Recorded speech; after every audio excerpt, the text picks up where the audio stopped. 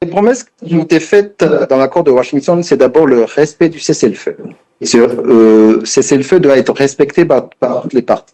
Je pense que si la RDC respecte le cessez-le-feu et mette fin à ces attaques aériennes, y compris par des drones d'attaque, et je pense aussi que l'autre partie devrait respecter ce cessez-le-feu. Donc, si toutes les parties respectent les accords qu'elles ont signés, je pense que il y aura une voie de poursuite de ce processus de Washington et du processus aussi de Doha par la même occasion.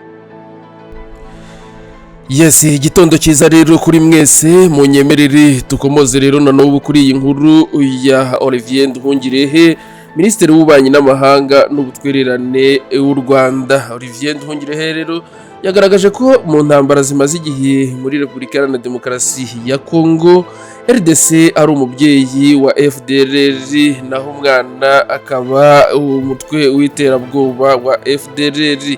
Minisitiri rero w'Ububanyi n'Amahanga n'Ubutwererane Olivier Nduhungirehe yagaragaje ko mu ntambara zimaze igihe muri Repubulika Iharanira Demokarasi ya Kongo, umubyeyi RDC naho umwana akaba umutwe w'iterabwoba wa FDLR.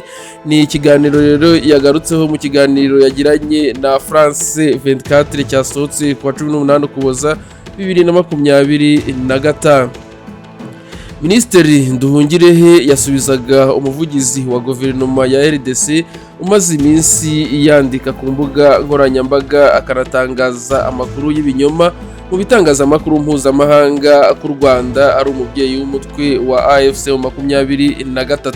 Uwo nta wundi rero ni Patrick Muyaya, nk'uko nagiye bibabwira kenshi mu biganiro twagiye dukora bitandukanye ndetse no mu nkuru twagiye dusohora mu minsi ishize. Patrick Muyaya rero yagaragaraga n'ubundi yandagaza u Rwanda, ruvuga nabi kandi akomeza kurwita umubyeyi wa M23. Ni imvugo rero y'ikinyoma kuko AFC igizwe n'abanyekongo bavukiye muri Repubulika ya Demokarasi ya Kongo, baharanira rero uburenganzira bwabo nyuma yo kwicirwa ababo, abandi bagahungira mu bihugu bitandukanye. Kuva rero uyu mutwe weguye intwaro mu myaka irenga inishize, ingabo za FARDC zivanze na FDLR ngo bashobore kurwanya u Rwanda hamwe na RDC. rero izifashe rero RDC rero ifasha uyu mutwe w'iterabwoba gutera u Rwanda. Minisitiri Nduhungirehe rero yavuze ko mu ntambara rero ya RDC umubyeyi ari RDC naho umwana akaba FDLR, cyane yuko FARDC zivanze na FDLR ngo bishobore kurwanya, hanyuma rero RDC izafashe uyu mutwe w'iterabwoba gutera u Rwanda. Sinzi nimba rero iri jambo uryumvishe neza, no kuvuga ngo iyi mvugo rero ni ikinyoma kuko AFC 23 igizwe n'abanyekongo bavukiyeyo baharanira uburenganzira bwabo nyuma yo kwicirwa babo, abandi bagahungira mu bihugu bitandukanye. Rero kuva uyu mutwe rero aho weguriye intwaro, ubwo ni AFC 23, mu myaka rero irenga inishize, ingabo rero za FARDC zivanze na FDLR ngo bashobore kurwanya AFC 23, hanyuma RDC nayo izafashe uyu mutwe w'iterabwoba FDLR kurwanya igihugu cy'u Rwanda. Ngira ngo aho rero birumvikanye neza. Minisitiri Nduhungirehe rero yavuze ko mu ntambara RDC umubyeyi ari RDC naho umwana akaba FDLR. Ni mu magambo yiwe aho yagize ati umubyeyi ni guverinoma ya Kongo, umwana ni FDLR. Naho rero imitekerereze mibi ni ingengabitekerezo ya jenoside ituma abanyamurenge basukwaho ibisasu bakicwa n'ingabo z'u Burundi nk'aho umuryango mpuzamahanga utabireba. Ni ikibazo rero cyo kurenga ku gahenge kemeranyijweho mu minsi yashize, ariko kuva hasinywa amasezerano yo kuva kwa 27 Kamena, ariko ibitero bya drone n'indege ntibyigeze bihagarara mu mezi 6 ashize.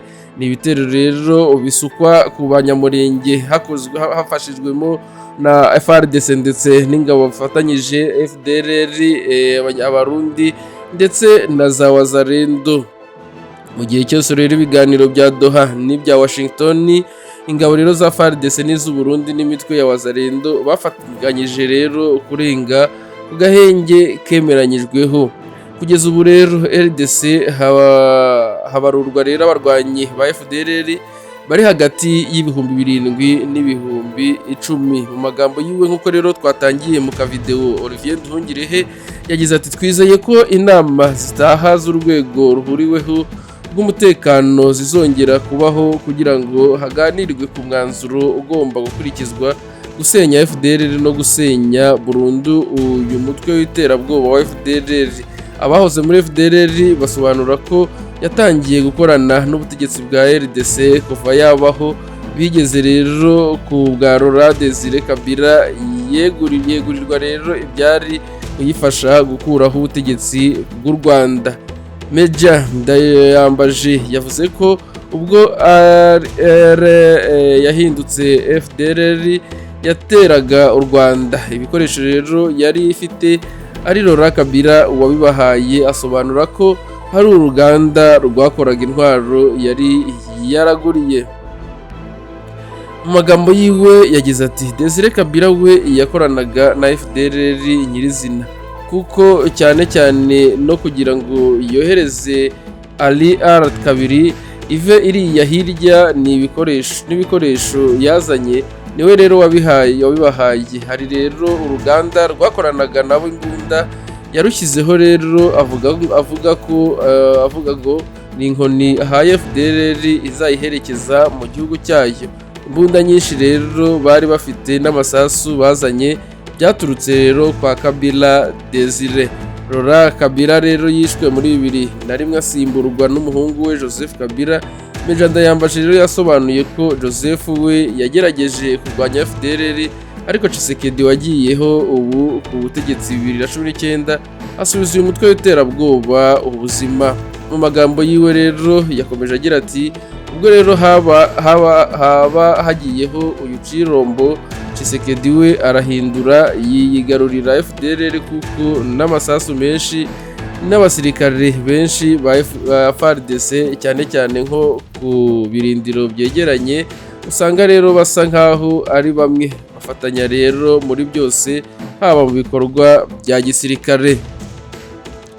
Ni The Quick Times News rero ntabwo dushaka iyi nkuru iba ndende, nta kindi rero usabwa uretse kureba hasi handike subscribe ugakandaho, hanyuma tugakomeza kubana 5/5. Turakomeza rero tubakurikirane n'amakuru avuga yuko abarwanyi ba FCM 23 bavuye ijoro ryashize rero ryakeye, bavuye mu mujyi wa Uvira.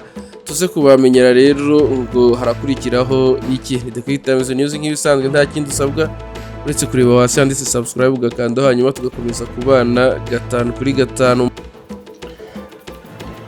Retrait d'Ouvira par le AFC M23. Au début, nous l'avions dénoncé comme une diversion. Nous avons été insultés, traités de non-être congolais et pire encore d'être rwandais, puisque nous l'avons dit. Bizarrement, le porte-parole du gouvernement, Patrick Mouyaya, a rejoint notre point de vue. Il a considéré aussi d'une diversion. Mais bizarrement, lui n'a pas été insulté ni traité de Rwandais, textuellement comme lui. Alors, on voit sur des vidéos un certain retrait médiatique, j'insiste bien médiatique, de l'AFC M23 de la ville d'Ouvira, avec des caméras, des journalistes derrière tout ce retrait. Le problème est que le Congolais doit se poser une question. Quand l'AFC a pris Uvira, il n'a pas simplement pris la ville d'Uvira, il a pris tous les alentours, Makobola ou les autres entités qui sont l'entrée et la sortie de la circoncision d'Uvira. Alors, quand il se retire, sommes-nous sûrs que les FRDC ou les Wazalendo qui sont soutenus par le gouvernement, par le pouvoir de Kinshasa, vont entrer à Ouvira et faire le loi. Non. Et le AFC M23 ont été clairs. Pas de FARDC dans la ville après notre sortie. Parce qu'en réalité, qu'est-ce qu'il y a? Le AFC M23 contrôle toute entrée et toute sortie de Ouvira, malgré leur retrait.